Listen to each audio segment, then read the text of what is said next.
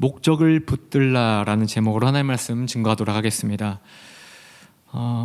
이 말씀을 준비하면서요, 이런 생각이 들더라고요. 너무 이거는 뻔한 메시지일 수도 있겠다. 뭐 굳이 이런 표현을 붙이기는 좀 적합하지 않을 수 있겠지만 기초적이고 기본적이고 그리고 어쩌면 예상되는, 그리고 우리가 늘 익숙하게 지겹게 들어왔던 메시지, 그러한 설교일 수 있겠구나 싶더라고요. 그래도 제가 이 말씀을 들고 올라온 이유는 우리가 가장 기본적인 거, 가장 기초적인 거, 코어, 핵심, 우리가 이를 지겹게 늘 들어왔던 것을 강구하고, 어쩌면 너무 익숙해졌기 때문에 이런 것들을 놓치다 보니까 우리가 시험에 걸려 넘어지기도 하고, 이것이 받쳐지지 않기 때문에, 기본이 가장 중요하잖아요. 이 기초가 흔들리기 때문에 우리가 쓰러진 것이 아닌가 싶어서 다가올 2019년도에는 이 말씀을 우리가 붙들고 다시 새롭게 출발하는 한 해가 되었으면 좋겠다 싶어서 이 말씀을 들고 나왔습니다. 리고렌 목사님이 쓰신 목적이 이끄는 삶, 아마 다들 읽어보셨을 것입니다. 엄청난 베스트셀러였죠. 우리가 생각했을 때는 워낙 훌륭하신 유명하신 목사님이잖아요. 하나님의 축복과 이 형통이라는 복을 달고 사실 것처럼 보이지만 실제로는 이 목사님의 아들이 자살을 하였고, 또 그리고 본인은 이 질병 때문에 설교를 하실 때마다 이것이 장애가 될 때가 너무나도 많다는 것입니다. 그 외에 얼마나 많은 고통과 아픔들이 있습니까? 리고렌 목사님은요, 그러나 여전히 하나님께 지금도 붙들려 굳건하게 쓰임받고 계십니다. 이러한 고난에 쓰러져 실패자가 되지 않았다는 거예요. 리고렌 목사님이 지금도 하나님께 붙들려 쓰임받을 수 있었던 이유는 딱 하나입니다. 그것은 바로 목적을 만났기 때문이에요. 그 목적이 리고렌 목사님을 지금도 이끌어 간다는 겁니다. 리고렌 목사님에게는 우리가 알지 못하는, 우리가 보지 못한 오직 그분만이 보신 선명한 목적이 있었다는 거예요. 목적. 그 목적은 하나님께서 주신 것입니다. 리고렌 목사님께 분명하게 보여주신 하나님의 목적이라는 거예요. 리고렌 목사님은요, 이 목적을 분명히 보셨기에 그 목적에 사로잡혀 어떠한 고난에도 넘어지지 않고 뚫고 가셨다는 겁니다. 정확하게 말하자면 그 목적이 리고렌 목사님을 붙잡고 이끌어 갔다는 겁니다. 성도 여러분, 우리의 믿음의 깊이가 어떠한지, 넓이가 어떠한지 아는 방법은 딱 하나입니다. 오주지 않은 시험 말고요, 정말 말도 안 되는, 우리의 이해를 범주를 벗어난 이해할 수 없는 고통이 닥치게 되면 내 믿음의 용량을 알게 됩니다.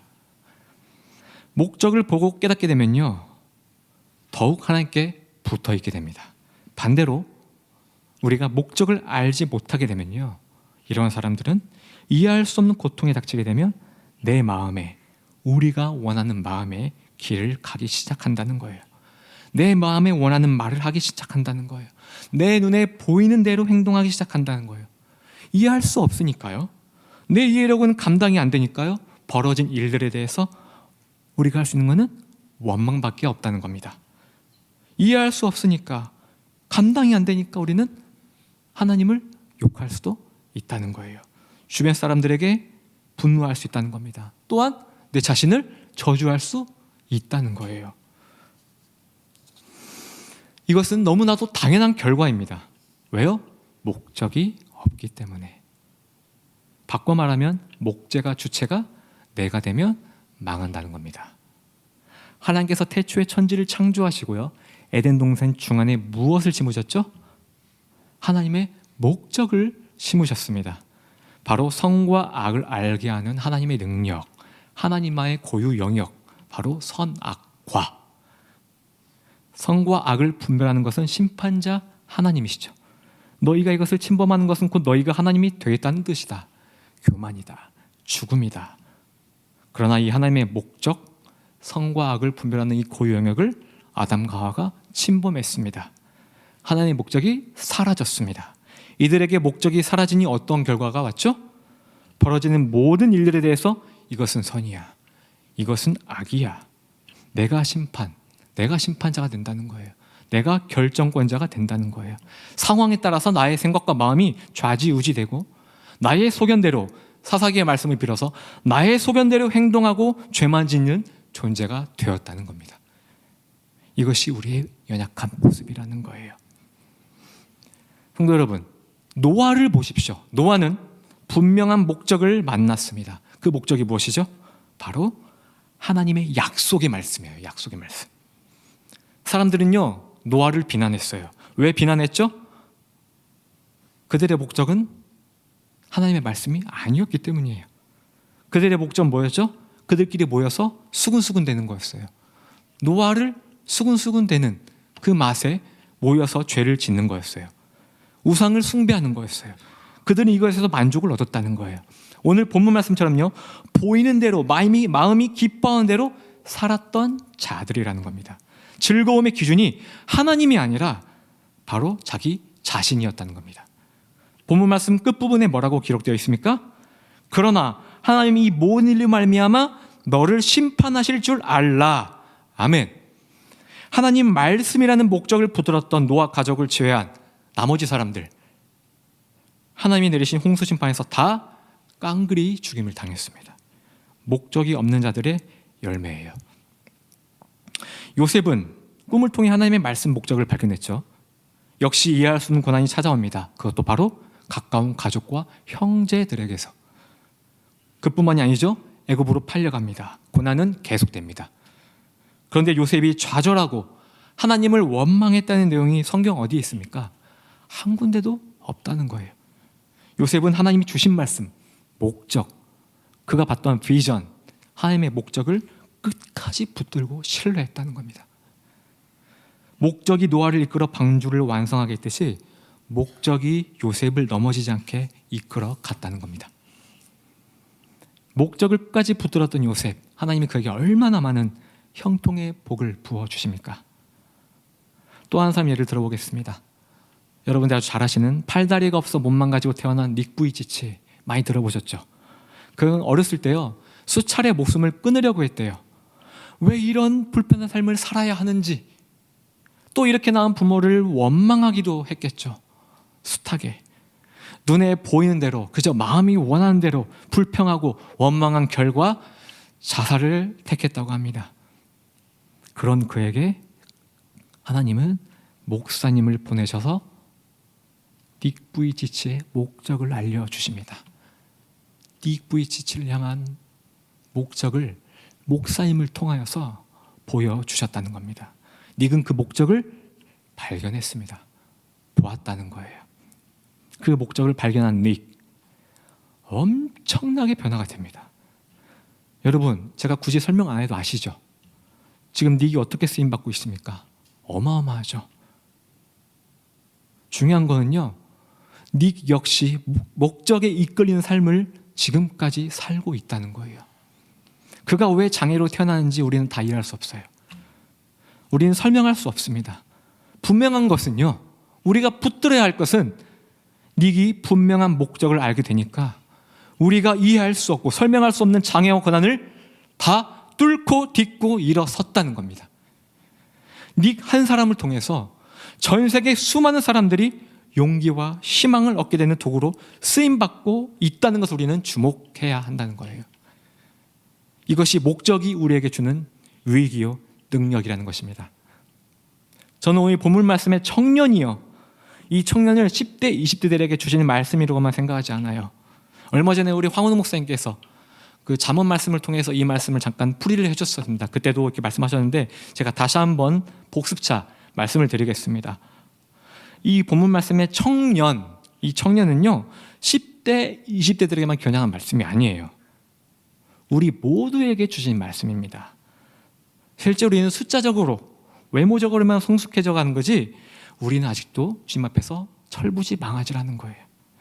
하나님 앞에서 이리저리 날뛰는 철부지 어린아이 같다는 겁니다. 우리는 아직도 나의 소견대로 말하고 행하지 않습니까? 하나님 앞에서 성장하지 못한, 성숙되지 않은 나의 모습은 아직도 철이 들지 않은 어린아이 같은 모습이라는 거예요. 그러므로 이 오늘 본문 말씀은요 10대, 20대에게만 겨냥한 말씀이 아니라 저와 여러분 모두에게 적용되는 말씀이라는 거예요. 전도서 11장 9절 말씀을 통해 하나님 우리에게 정확하게 주시는 말씀은 이거예요. 크게 직장과 가정, 신앙 세 가지로 분류해 보겠습니다. 이 세 가지를 가지고 오늘 본문 말씀을 적용해 보면요, 바로 이거예요. 직장 생활을 즐기되, 오늘 말씀에 즐기라고 나와 있죠? 직장 생활을 즐기되 그 기준과 목적을 분명히 하라는 겁니다. 그 기준이 나의 기준이냐 하나님의 기준이냐인 거예요. 두 번째, 가정 생활을 즐기되 그 기준, 그 목적을 분명히 하라는 것입니다. 그 기준이 나의 기준이냐 하나님의 기준이냐.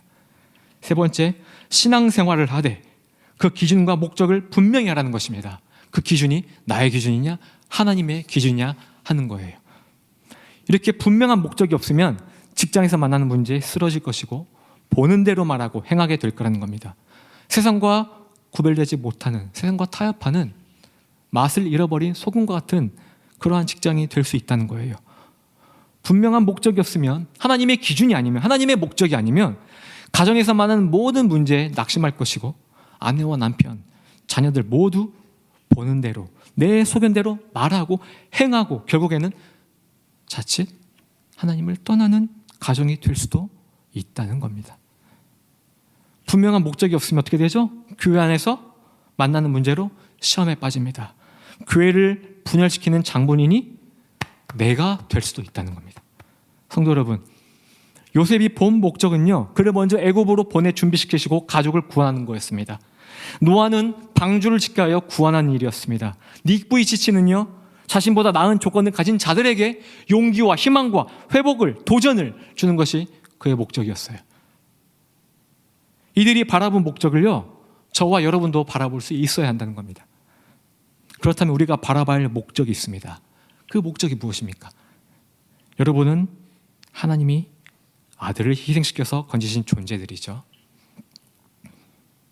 아들이 십자가에서 울부짖습니다. 아버지는 아들의 울부짖음을 외면합니다. 왜요? 여러분을 살리시려고. 아들의 울부짖음을 하나님이 외면해야, 이를 악무셔야, 참아내야 여러분의 하나님과의 관계가 회복될 수 있기 때문에요. 여러분은 그런 고귀한 존재예요. 실감이 되십니까? 여러분은 하나님께 그런 사랑을 빚진 자라는 거예요. 그런데요, 이런 어마어마한 사랑을 받은 여러분들이 오늘의 본문 말씀처럼 내가 환성이가 기뻐하는 것만 하고, 내가 환성이가 원하는 것만 보고, 환성이가 원하는 말만 해서 상대방을 상처 주고, 환성이가 원하는 길만 찾아다니는 그러한 내가 될 수 있다는 거예요. 직장에서, 가정에서, 교회에서 말이에요. 본문 말씀을 우리 시대로 바꿔볼까요? 현대어로 바꿔볼까요? 놀 것 다 놀고, 잘 것 다 자고, 만날 사람 다 만나면서 그렇게 살면 10년 뒤에 뭐가 될래? 너 그렇게 살면 망한다. 절대 성공할 수 없어. 같은 맥락이라는 겁니다. 이 말씀을 통해 아마도 하나님께서 우리에게 이렇게 말씀하실 것입니다. 나는 너를 위해, 지금 하나님이 여러분들에게 말씀하시는 거예요. 이 본문 말씀을 통해서 나는 너를 위해 내 아들을 십자가에 매달았고, 내 아들이 죄악의 고통으로 울부짖을 때에도 나는 내 아들을 외면했단다. 내 아들에게 너의 모든 죄값을 뒤집어 감당하게 하여 죽였음에도 불구하고, 그래서 너를 살려 내 양아들로 삼았음에도 불구하고 너는 왜 아직도 내 아들을 주인으로, 목적으로 삼지 않는 거니? 왜 아직도 네가 보는 것만 보고 믿고 싶은 것만 믿고, 왜 아직도 상대방을 상처 주고 분노의 말을 하며, 왜 아직도 네가 원하는 길만 보고 찾아가는 거니? 환성아, 너 그렇게 너가 원하는 것만 말하고 행하고 길만 찾아가다가는 나의 심판을 면치 못할 거야. 너 그렇게 살다가는 너가 만나는 모든 문제에 쓰러질 거야. 결국에는 세상과 뒤얽혀 맛 잃은 소금처럼 사람들에게 짓밟히는 인생을 살게 될 거야. 나는 너에게 새로운 목적을 주었다. 이 목적은 바로 내 아들이야. 너가 내 아들을 목적으로 삼으면 세상이 감당 못하는 고난도 너는 이겨낼 수 있어. 너의 입술을 통하여 많은 사람을 살릴 수 있는 힘이 생길 거야. 너가 행하는 모든 것의 아름다운 열매가 맺어질 거야. 기억나니? 읽어봤니? 내가 빌립보서 2장 말씀에 뭐라고 기록했니? 하늘과 땅 아래에 있는 모든 것들이 내 아들 앞에 무릎을 꿇게 한다고 나는 기록을 했어. 나는 내 아들에게 모든 권세를 부여했단다. 너가 내 아들을 목적으로 삼고 살아가면 내 아들의 권세가 너의 모든 문제와 장애를 극복하게 할 것이며 너를 통해 많은 것들이 역사하게 될 거야. 너희 안에 이 마음을 품어라. 곧 그리스도 예수의 마음이니 내 아들 예수를 마음에 품고 직장에 들어가거라. 내 아들 예수를 마음에 품고 가정에 들어가거라. 내 아들 예수를 마음에 품고 교회에 들어가거라. 이것이 너의 목적이 되어라. 리고렌 목사도 닉도 내 아들 예수를 만났기에 이것이 그들의 목적이었기에 그들을 이끌어 간 것이란다. 사랑하는 성도 여러분, 예수님이 이 땅에 오신 목적이 무엇입니까? 예수님이 이 땅에 오신 목적, 우리가 받아야 할 죄값을 대신 받는 것입니다. 받는 거였죠. 우리가 받아야 할 지옥 형벌을 대신 받는 거였죠. 우리가 하나님께 버림받아야 할 고통을 대신 버림받는 거였어요. 우리 대신 버림받는 거. 예수님은요, 우리를 위해 이 모든 목적을 부두셨습니다. 목적을 포기하지 않으시고 완수하셨습니다. 그래서 우리가 살게 되었다는 거예요. 그러므로 우리의 목적은 예수님이 되어야 마땅하다는 것입니다. 우리의 목적이 예수님 한 분만으로 충분하다는 거예요. 예수님이 우리의 목적으로 분명해지면요, 우리의 이해의 범주를 넘어선 그 어떠한 고난도 우리는 인내하며 이길 수 있다는 것입니다. 독이 가득한 내 입술에서 선한 말로 바뀌어 사람들을 살 수 있는 능력의 입이 될 수 있다는 것입니다. 내가 기뻐한 일이 아니라 하나님이 기뻐하신 일에 기꺼이 우리는 즐거이 동참할 수 있다는 거예요. 왜 이런 일이 가능하죠? 내 목적의 자리에 내가 아니라 예수님을 인정하고 받아들였기 때문이에요. 그 예수님은 하나님의 모든 권세와 능력을 부여받으신 분입니다. 그래서 이 모든 것이 다 가능하다는 거예요. 여러분의 존재의 이유, 여러분이 구원받은 이유, 그것은 바로 인생의 목적을 분명히 예수님께 두라는 것입니다. 우리의 마음을 예수의 마음으로 가득 채우라는 거예요. 이것이 오늘 말씀의 핵심입니다.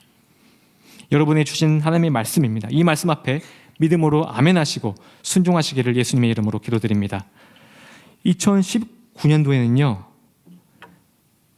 이 예수님을 목적으로 삼으시고 이 예수님으로 인해 모든 장애와 또 이 고난들을 이겨내시고 그 안에서 아름다운 열매들을 맺으시기를 예수님의 이름으로 축원드립니다.